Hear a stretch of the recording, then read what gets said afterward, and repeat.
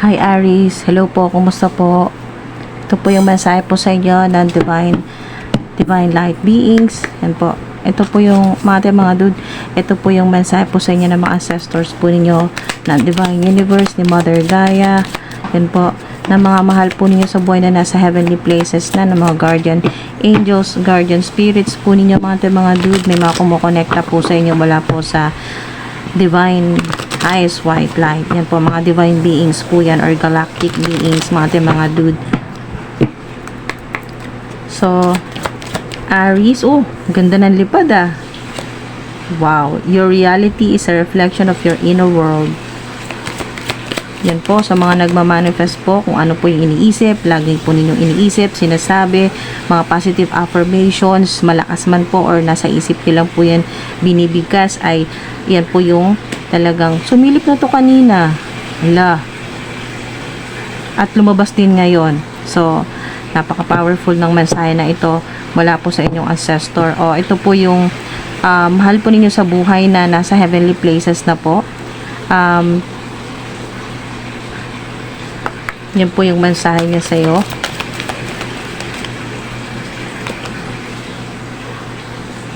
Ayan o, keep your thoughts positive. Talagang magkakatugma or konektado yung mga mensahe na yung naiisip po ninyo, ayan o, keep your thoughts positive, dahil ang naiisip po ninyo palagi ay yung mga, ito yun, criticism, ito yung mga panglalait, pambabash sa'yo, or yung mga sinasabi sa'yo ng mga haters mo, or mga family members po ninyo na imbes na kayo po ay suportahan, ay mga hindi pa magagandang salita yung naririnig po ninyo. So, ito yung mensahe sa'yo ng ancestor mo, o ng mahal mo sa buhay na nasa heavenly places. Turn criticism into kindness. Turn criticism into kindness. Your reality is a reflection of your inner world. Yan po, oh. Keep your thoughts positive. So, internal, mga dude, no? Kung ano yung iniisip mo palagi, ay dapat mas practicein mo ngayong September na positibo. September, ano pong dapat malaman?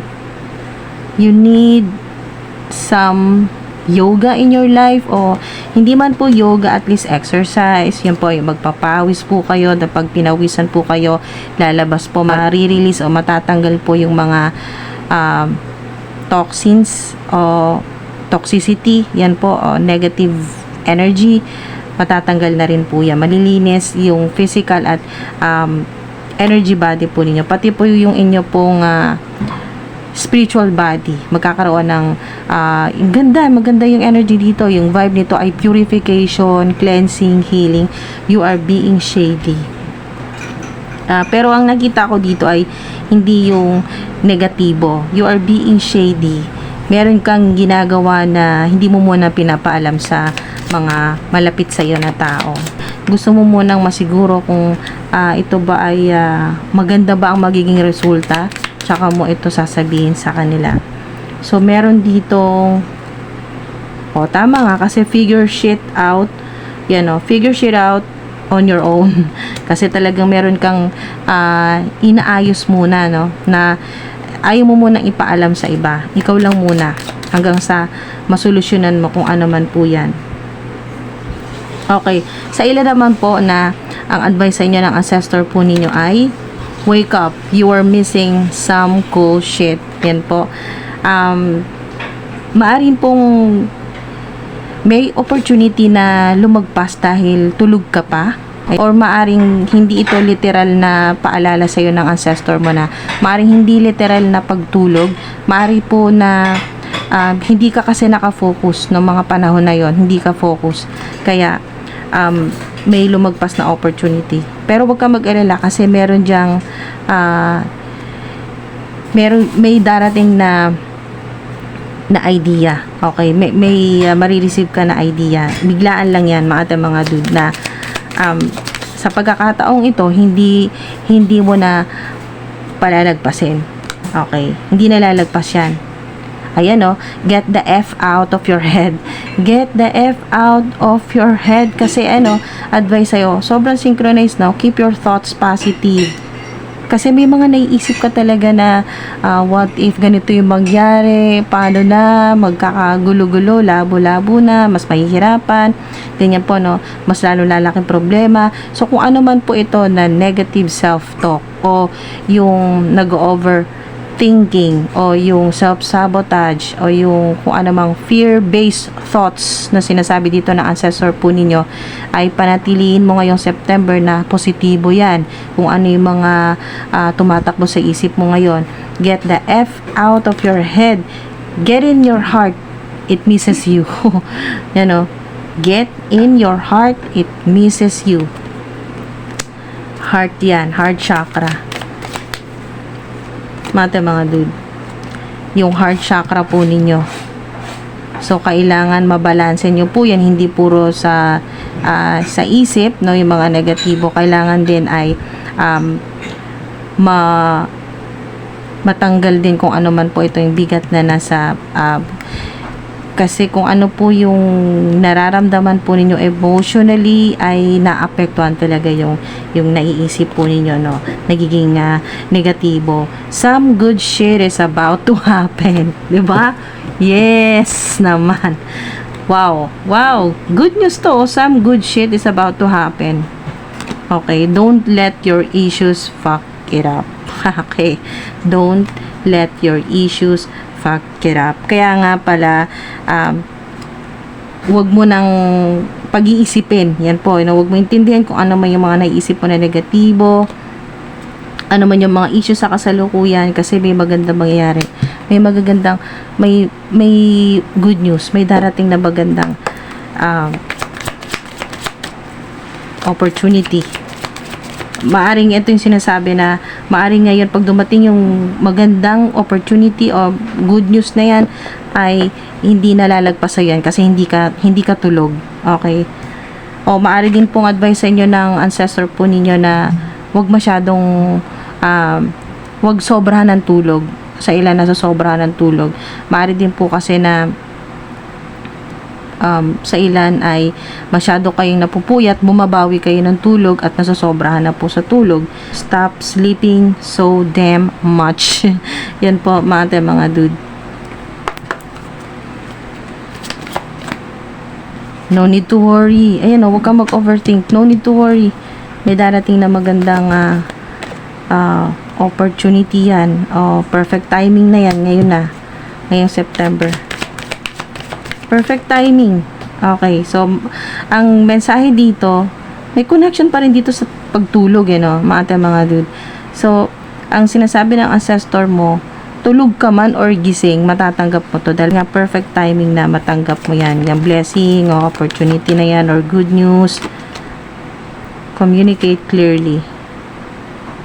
Yan po. Ang sinasabi din dito sa ilan na meron dito ng ancestor po ninyo na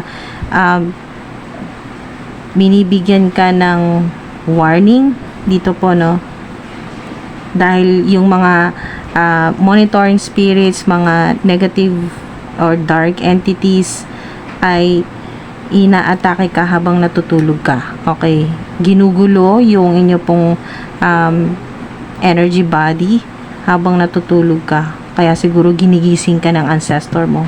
Meron kang magandang ancestor na mother figure. Medyo maedad na, 40 pataas na to, 40 plus. Yan po. Minsan maririnig mo yung pangalan mo, parang malapit lang sa tenga mo na parang tinatawag ka na pabulong. Kung ano yung pangalan po ninyo.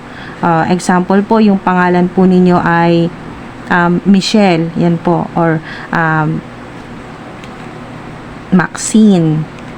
Eduardo, ganyan po, naririnig po niyo parang binubulong na Eduardo, ganyan po, naririnig po ninyo, no, or Michelle, ganyan, Michelle, pabulong lang, Michelle, yan po, or Mitch, Marian, may tumatawag po sa inyo ng Marian, yan po, yung pabulong lang na tawag na parang ang lapit po sa tenga po ninyo, yung ginigising po kayo, no, habang natutulog or yung kayo po inaantok na, parang maririnig niyo yung pangalan po ninyo na tinatawag. Ancestor niyo po yan. Okay, hindi po yan dark entity. Ancestor niyo po or yung loved one, yung inyo pong mahal sa buhay na nasa heavenly places na po, na pwedeng grandmother nyo po ito or mother po ninyo yan or auntie, na kayo po ay binibigyan ng warning dahil may mga enemies sa paligid or mga monitoring spirits, ganyan po, na sinasamantala na natutulog ka. Yan po. At kung ano-ano yung ginagawa. Okay, so may clue dito within the next few months. Within the next few months, okay, hingi tayo ng clarification dito. Within the next few months. Okay, so maaari pong may Scorpio na makilala ka or may tumulong sa'yo or meron kang matuklasan na sikreto na mula dito sa Scorpio sign. May Pisces din po. May Pisces. Maaring may connection sa panaginip nyo daw po ito. Panaginip. Yan o, kasi habang natutulog ka dyan. So, may connection sa panaginip po ninyo. Maaring within the next few months, ilang buwan lang ay may magkatotoo na panaginip po ninyo. Magkatotoo. So, or maaring ito yung may kinalaman sa dreams, panaginip, o yung dreams na pangarap po ninyo, yung wish po ninyo ay mag-manifest within the next few months. Okay, within the next few months. Hingi tayo ng clue, mga ilang buwan. Lalo na po mga dude, yung kung ano man po itong good news na darating sa inyo ngayong September, at ito po ay maaring simulan po ninyo. So, bibilang lang po ng ilang buwan, mas magiging successful po yan. So, meron ditong clue na 2 months. May good news talaga na darating. Purification, oh. Ang galing. Kanina, di ba nabanggit ng ancestor po ninyo yung purification? Wow. Confirmation yan. Purification. 7 of Pentacles. Lalo na po sa kayo po stress sa pera. Ayan po. 7 of Pentacles. Mari po sa ilan, nagka-problema kayo nito pong July 2024. Napakalaki ng problema po ninyo sa pera. So, hintay ka lang ng approximate dito, mga dude, ay 2 months. Ayan po. Paghintay ka ng 2 months, may, ayan o, mga dude, some good shit is about to happen. Some good shit is about to happen. Don't let your issues fuck it up. Alright, so mga dude, isang sign na lang, isang clue. Oh, wow! Kakagulat to Hindi ko to inaasahan na biglang lilitaw itong Ace of Wands. No, mga dude, napakaganda. Manifestation. Ito yun. Ito yung good news na hinihintay mo. May idea ka na ngayon kung ano yan. Nasa isip mo yan kung ano yan. Ito yung hinihiling mo. So, hintay ka ng 2 months. Yung clue dito ay 2 months. Meron kang makakausap na fire sign or air sign, Gemini, Libra, Aquarius. Fire sign naman po ay Aries, Sagittarius o Leo. At dalawang specific na sign ang binigay sa'yo dito na clue, Scorpio at Pisces, na makakatulong sa'yo, magdadala sa'yo ng abundance ng opportunities, o pati na rin po healing at purification po yan. Good news yan. Mga dude, pagkasama mo to, magaan yung pera, kasi abundance ang sign ng isda, no, mga dude. So, ng ganito po, meron din pong sa ilan ay snake naman po. Snake, may connection sa snake, or ito po yung maaring sinasabi na panaginipan po ninyo habang kayo natutulog dito, no, sleeping, natutulog po kayo, na panaginipan po ninyo ay ahas, no, snake, sign po na may maganda kayong malaking opportunity or may good news. Yan po, lalo na may kinalaman po sa money, sa pera. Yan po mga dude, sa malaking opportunity. So, meron din pong ayan o, kaya kayo winawarningan ng inyo pong ancestor na stop sleeping so damn much. Wake up, you are missing some cool shit. Yan po. Ito yung maaring sign na ginigising ka talaga ng kaya naririnig mo, parang tinatawag yung pangalan mo, naririnig mo yung pangalan mo. Wala naman tumatawag sa iyo dito po sa physical realm, pero may naririnig ka talagang boses, yan po, na yung pong parang malapit lang po sa tenga po ninyo na binubulong yung pangalan po ninyo. Wake up, you are missing some cool shit. Yan po, na meron, maari din po na wake up kasi may malaking opportunity, may good news na darating at huwag kang tutulog-tulog, o wake up kasi may traidor sa paligid mo, kasi may snake dito, may traidor, o meron pong hindi maganda ang intensyon sa'yo kasi shady, o yung ayun o, meron ditong shady energy. Maring hindi ikaw ito, pero may tao sa paligid mo na shady, o yan po, hindi maganda ang intensyon. Okay, so mga dude, yung angel numbers, kung makita nyo po, 222, 222, 111, 1111, o 777, yan po, may makaka-jackpot po sa inyo. Meron pong malaking opportunity, merong malaking biyaya ngayon pong September, plus meron ka pang hinihintay ng 2 months, okay, may darating pa na talagang makakatulong sa kung ano man po itong pinoproblema po ninyo sa pera. May hinihintay ka at meron pang unexpected, kasi hindi natin naasahan na biglang lilitaw itong Ace of Wands. Unexpected ito na tulong sa iyo to, reward sa iyo ng Divine Universe, yan ni Mother Gaia. Okay, so mababawi mo din kung ano yung mga nawala sa'yo, yung mga bills, yung mga palabas na pera, yun, makukuha mo yan ngayon. Ngayon pong September. Yung mga nawala, okay, mga binayaran mo, yun po, no, mga dude. Yun po, kung kayo po ay nasimutan, yun po yung babalik po yan sa inyo, mga dude. Magkakaroon ka, makakatanggap ka. Ayan po, pag ganito yung energy ay makakapagsimula ka ulit, may matatanggap kang blessing o opportunity ito mula sa Divine Universe, kay God yan, Divine Intervention yan. Tulong yan sa iyo, mga dude, ng tulong sa ito ni God, okay, ng Divine Beings. Bagong positive energy na naman ito at inspirasyon. Kaya huwag kayong panghinaan ng loob, okay, mga dude, at iwasan po ninyo mag-isip ng negatibo. Yun po, mga dude, maraming salamat po. At kung merong nakaka-overwhelm talaga na nangyayari sa sitwasyon po ninyo sa kasalukuyan, ay yan po, paalala sa inyo ng ancestors po ninyo, no need to worry. Paalala po sa inyo ng mga ancestors po ninyo ng Divine Universe na no need to worry. Huwag ka na masyadong mag-isip, huwag ka na masyadong mamroblema. Yan o, yung mga nanlalait po sa inyo, yung mga talagang